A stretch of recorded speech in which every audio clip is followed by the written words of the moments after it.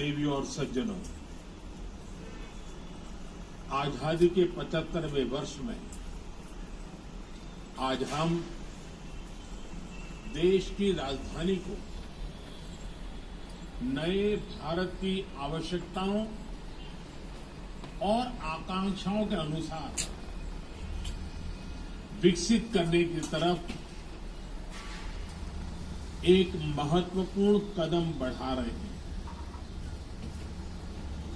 ये नया defence office complex हमारी सेनाओं के कामकाज को अधिक सुविधाजनक, अधिक प्रभावी बनाने के प्रयासों को और सशक्त करने वाला है। इन नई सुविधाओं के लिए डिफेंस से जुड़े सभी साथियों को मैं बहुत बहुत बधाई देता हूं।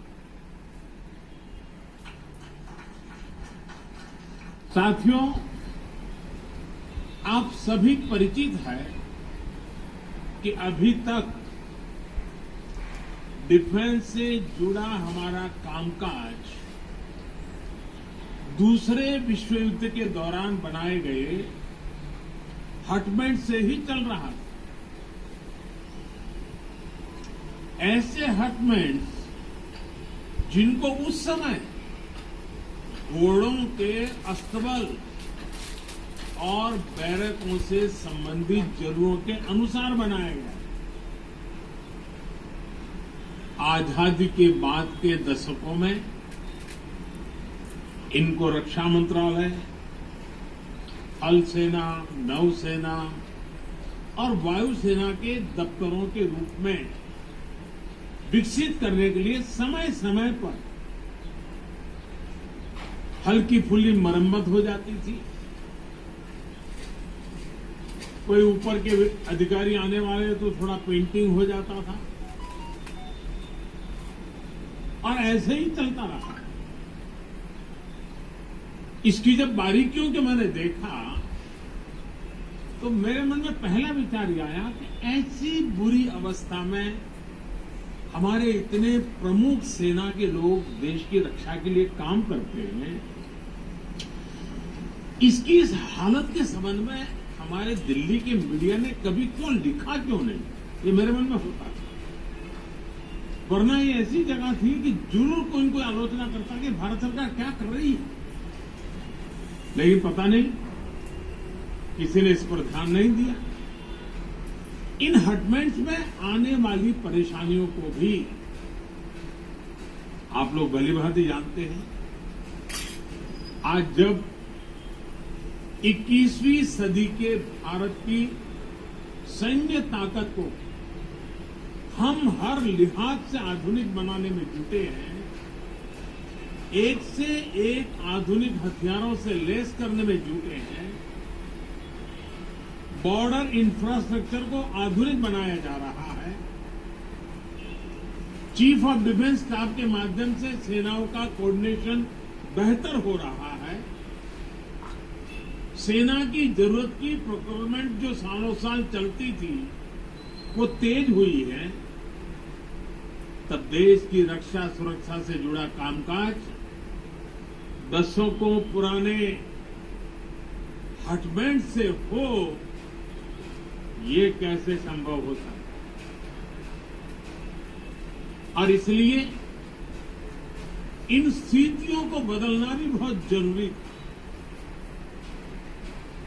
और मैं ये भी बताना चाहूंगा कि जो लोग सेंट्रल विस्टा के प्रोजेक्ट के पीछे डंडा लेकर के पड़े थे, वे बड़ी चतुराई से, बड़ी चालाकी से सेंट्रल विस्टा प्रोजेक्ट का ये भी एक हिस्सा है।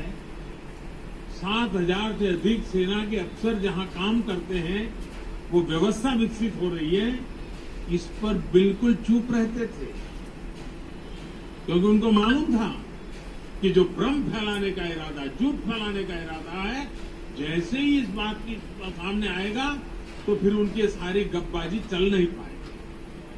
लेकिन आज देश देख रहा है कि सेंट्रल विस्टा के पीछे हम कर क्या रहे हैं। अब देखिए, अब केजी मार्ग और अफ्रीका एवेन्यू में बने ये आधुनिक ऑफिस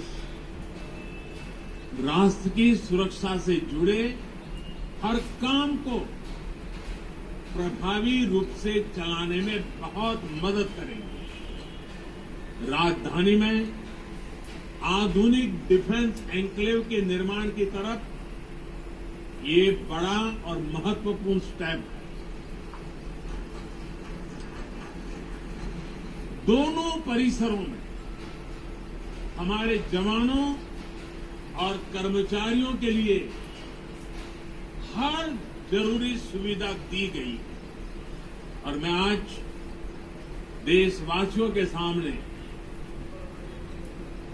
मेरे मन में जो मंथन चल रहा था उसका भी जिक्र करना चाहता हूं। 2014 में आपने मुझे सेवा करने का सौभाग्य दिया और तब भी मुझे लगता था कि ये सरकारी दफ्तरों के हाल ठीक नहीं है, संसद भवन के हाल ठीक नहीं है और 2014 में आकर के ही मैं पहला ये काम कर सकता, लेकिन मैंने वो रास्ता नहीं चुना। मैंने सबसे पहले भारत की आन बान शान, भारत के लिए जीने वाले, भारत के लिए जूझने वाले हमारे देश के वीर जवान जो मातृभूमि के लिए शहीद हो गए, उनका स्मारक बनाना सबसे पहले तय किया। और आज जो काम आजादी के तुरंत बाद होना चाहिए, वो काम 2014 के बाद प्रारंभ हुआ और उस काम को पूर्ण करने के बाद हमने हमारे दफ्तरों को ठीक करने के लिए सेंट्रल विस्टा का काम उठाया। सबसे पहले हमने याद किया मेरे देश के वीर शहीदों को, वीर जवानों को। साथियों, ये जो निर्माण कार्य हुआ, काम काज के साथ साथ यहां आवासीय परिसर भी बनाए गए। जो जवान 24/7 महत्वपूर्ण सुरक्षा कार्यों में लगे रहते हैं, उनके लिए जरूरी आवास, किचन, मेस, इलाज से जुड़ी आधुनिक सुविधाएं, इन सब का भी निर्माण किया गया। देश भर से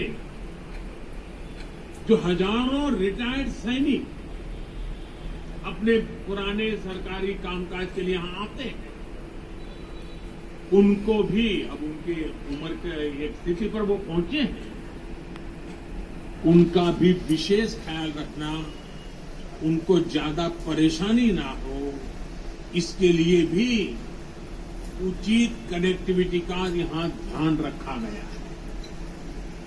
एक अच्छी बात ये भी है, जो बिल्डिंगें बनी है वो इको फ्रेंडली है और राजधानी के भवनों का जो पुरातन रंग रूप है, जो उसकी एक पहचान है, उसको बरकरार रखा गया है, उसको बनाए रखा गया है।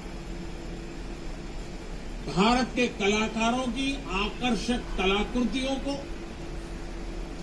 आत्मनिर्भर भारत के प्रतीकों को यहां के परिसरों में स्थान दिया गया है।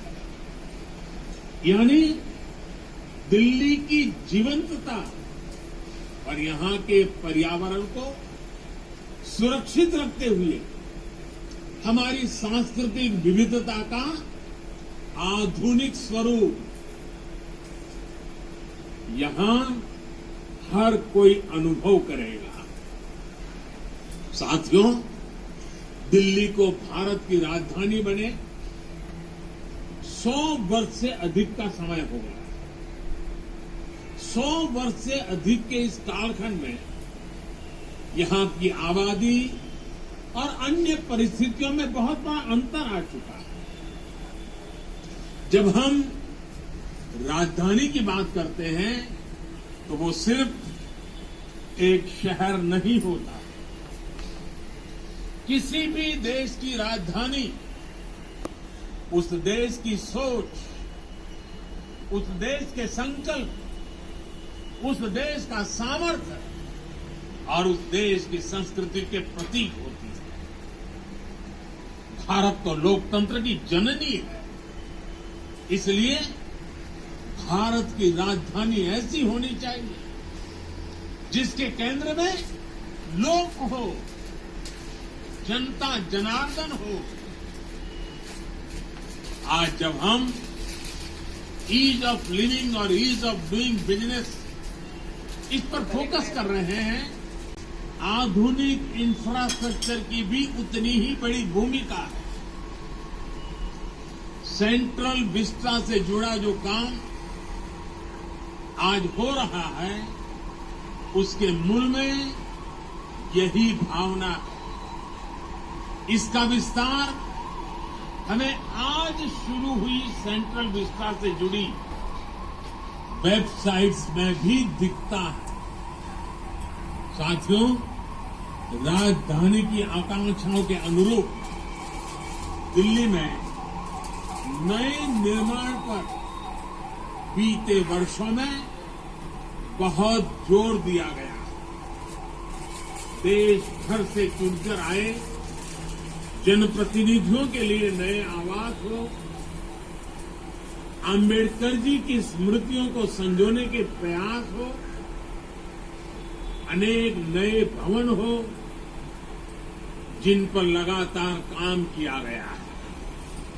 हमारी सेना, हमारे शहीदों, हमारे बलिदानियों के सम्मान और सुविधा से जुड़े राष्ट्रीय स्मारक भी इसमें शामिल है। इतने दशकों बाद सेना, अर्धसैनिक बलों और पुलिस बल के शहीदों के लिए राष्ट्रीय स्मारक आज दिल्ली का गौरव बढ़ा रहा है। और इनकी एक बहुत बड़ी विशेषता ये रही है कि इनमें से अधिकतर तय समय से पहले पूरे किए गए हैं। वरना सरकारों की पहचान यही है, होती है, चलती है, कोई बात नहीं, 4-6 महीना तो देर स्वाभाविक है। हमने एक नया वर्क कल्चर सरकार में लाने का ईमानदारी से प्रयास किया ताकि देश की संपत्ति बर्बाद न हो, समय सीमा में काम हो, निर्धारित खर्च से भी कुछ कम खर्च में क्यों न हो, और प्रोफेशनलिज्म हो, एफिशिएंसी हो, इन सारी बातों पर हम बल दे रहे हैं। ये सोच, ये अप्रोच में आई एफिशिएंसी का एक बहुत बड़ा उदाहरण आज यहां प्रस्तुत है। डिफेंस ऑफिस कॉम्प्लेक्स का भी जो काम 24 महीने में पूरा होना था, वो सिर्फ 12 महीने के रिकॉर्ड समय में कंप्लीट किया गया। यानी 50% समय बचा लिया गया। वो भी उस समय जब कोरोना से बनी परिस्थितियों में लेबर से लेकर लॉकडाउन, दिखना, फलाना, न जाने कितनी सारी कठिनाइयों से बीच में गुजरे हैं। इन तमाम प्रकार की चुनौतियों सामने कोरोना काल में सैकड़ों श्रमिकों को इस प्रोजेक्ट में रोजगार मिला। इस निर्माण कार्य से जुड़े सभी श्रमिक साथी, सभी इंजीनियर, सभी कर्मचारी, अधिकारी, ये सब के सब इस समय सीमा में निर्माण के लिए तो अभिनंदन के अधिकारी है, लेकिन साथ साथ कोरोना का इतना भयानक जब खौफ था, जीवन और मृत्यु के बीच में सवालिया निशान थे, उस समय भी राष्ट्र निर्माण के इस पवित्र कार्य में जिन जिन लोगों ने योगदान किया है, पूरा देश उनको बधाई देता है, पूरा देश उनका अभिनंदन करता है।